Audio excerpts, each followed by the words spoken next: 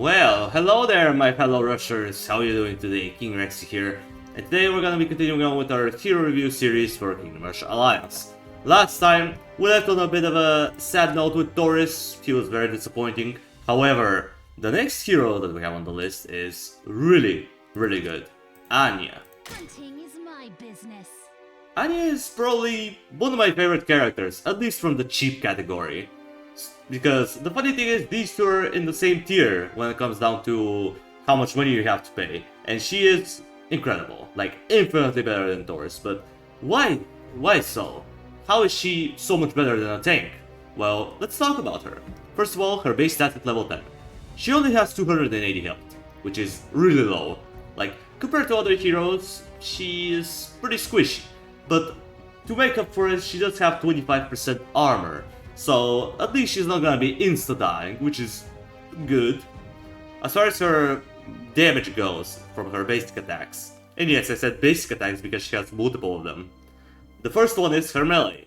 She deals between 8 to 12 physical damage every 0.8 seconds. However, her basic attack, similar to Raylan's Dark Knight, can hit twice.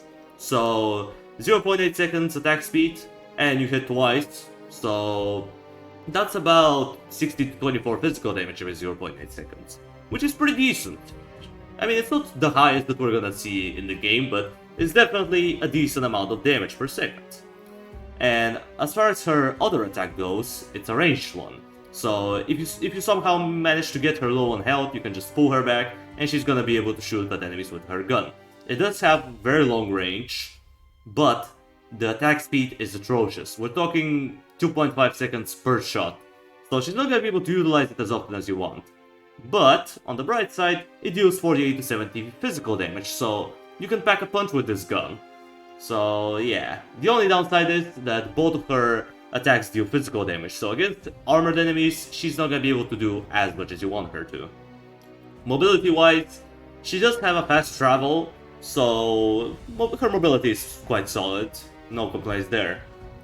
But now let's get to the real interesting part about Anya, the abilities. Starting off with Vampiric Claw. Every 7th melee attack deals between 28 to 40 true damage and heals Anya for 20% of her target's maximum health. So in reality, this ability can be super duper spammable, which is awesome. However, you do have to consider this, 28 to 40 true damage isn't all that much, which is okay, because we do not care. The main point of this ability is not the damage, it's the second part, where you heal for 20% of the target's maximum health. So depending on the type of enemy you're fighting, you can essentially never die. She is arguably the best staller in the game just because of this ability alone. Like, actual tanks like Raylan can struggle from time to time, but not Anya, she can just keep on healing. Because assuming that she is constantly in combat, she can proc Vampiric Claw every 5.6 seconds, which is really good. And yeah, but honestly, probably the best ability in her kit when it comes down to basic abilities. But let's not discriminate the rest of them. Let's go to the next one, Misty Step. Anya turns into a mist and bounces between 3 enemies, dealing 56 to 82 physical damage to each one. So this ability is kinda nice, it's very spammable. It has only 15 seconds cooldown, which is really nice. The only thing is that it's limited, it can only hit, again, 3 enemies. But it does also target flying units, which is kinda nice, and the units that get hit get also stunned briefly. Now, it's not a very significant stun, it's like half a second, but, you know, it's there, so there's that. And the funny thing is, it says that it can bounce between 3 enemies, and in the code, she literally needs 3 enemies to be in range for this ability to proc, so that's kinda funny. But again, you have to consider this physical damage, so against armored enemies, not the greatest. Argent Storm. Shoots all enemies around her, dealing between 66 to 110 true damage per second to each one. Now, when it says per second, yeah, it's not quite like this. It's more like 66 to 110 true damage total, so I don't know whether he changed the description, it didn't used to say that, but yeah. Argent Storm, in reality, it does a decent amount of damage, like 66 to 110. Even though it says per second, that's like the total damage. So yeah, don't be fooled. Don't be fooled by this. It's not as OP as it seems. It does a decent amount of true damage, but similar to Misty Step, it's kind of spammable. It does have a slightly longer cooldown of 20 seconds, so, you know, 5 seconds difference, but then again, this ability can deal true damage.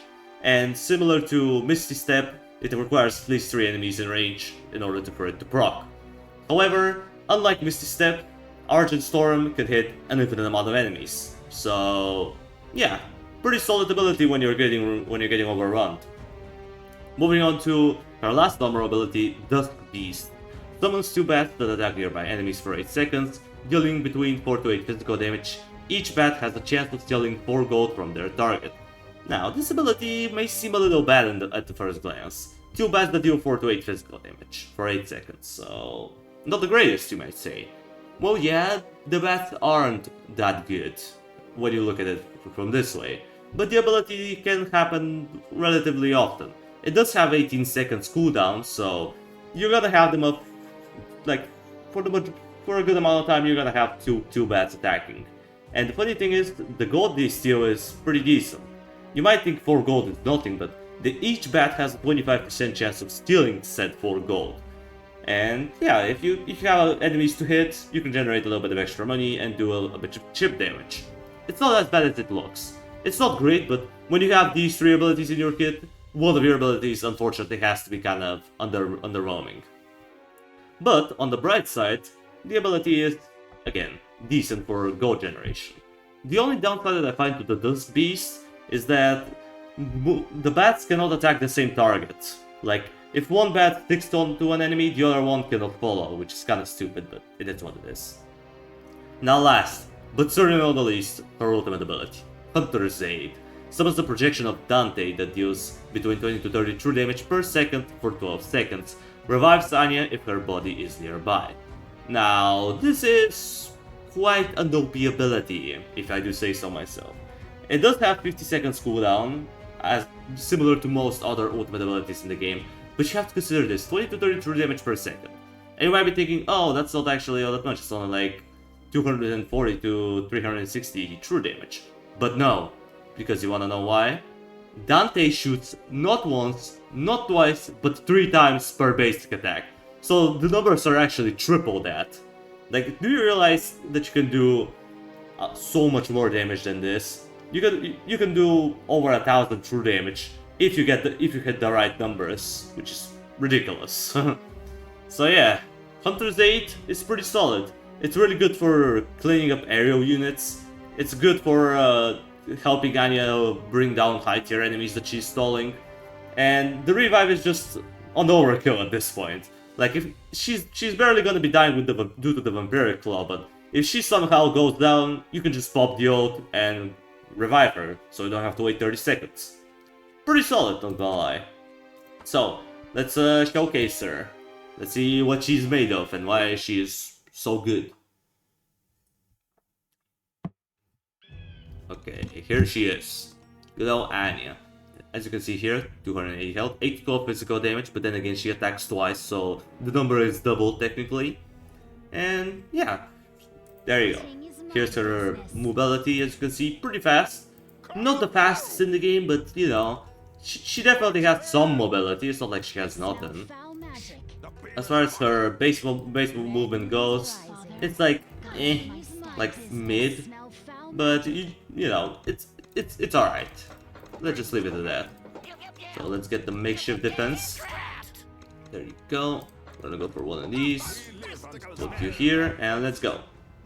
First of all, let's showcase her versus these enemies. First, let's see her ranged attack. There it is. As you can see, it has a pretty long range to it, but slow attack speed. Here's the claw ability. Now here's the Vampiric Claw incoming. Here are the bats. As you can see, they're just gonna start chomping. They're not doing all that much, but they can still go there every once in a while. So you know, there's that. And I think there's a visual for it when it happens. There's basically gonna be a small, what you call it, a small coin that appears above the enemy if they steal gold from them. So you know, at least you have a visual to work with, because some abilities don't do that. And yeah, as you can see, the bats are already back in action, and they're stealing gold, helping us out a little bit. So, yeah, she's doing pretty well. I suppose we can try to put her up against higher tier enemies, so for now, let's just leave her against this abomination. But yeah, did you saw her health? Her health went from like 75% to full, just like that. Yeah, look at that. She's losing a little bit of health here and there, but she's regaining it all back. So we can stall an enemy in the glare. That's kinda ridiculous, no? You know? Yeah, it's pretty strong. But now, here comes the real part. Oh, there's the true damaging attack. As you can see, it did a little bit of damage here and there. Not that bad. So, let's try to showcase how good Dante could be. Let's put him up against like these low tier enemies and see if he can do something about it. As you can see, he shoots 3 times. 1, 2, 3. 1, 2, 3. 1, 2, 3. There's a little bit of a rhythm to it. I mean, he doesn't really do much into like low tier enemies like that. If the enemies are crowded up, he definitely doesn't do as much as you want him.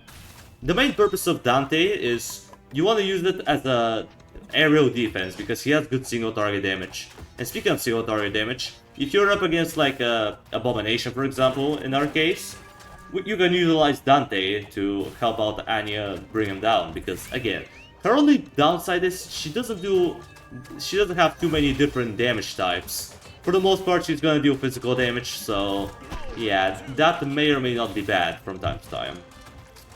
So, let's showcase her again versus high tier enemies, just to see that she never really dies. Like, unless we have another enemy attacking her at the same time, she's never dying to this abomination.